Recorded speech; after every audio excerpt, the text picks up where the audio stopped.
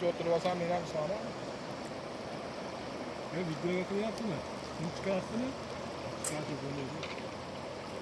Abi.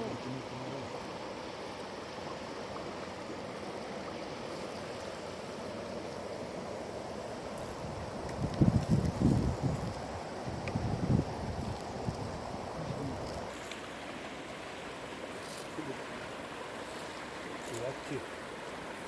Yapıyor.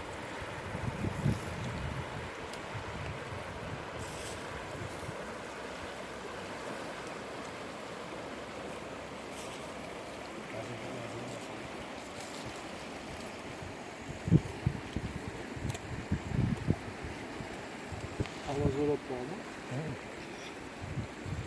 Sonuna sen. Mala okulaklar. Sonunamızda. Nasıl? Taşıyordunuz mu? Ömrümde zaten. Ana da tömüle diyene değil mi? Bundan da atlar. Uri zor mu? Rıza ikimiz sığırıyor. Oraya sen geldi. Hatta bu. Ne kadar şey. Mutlu oldum.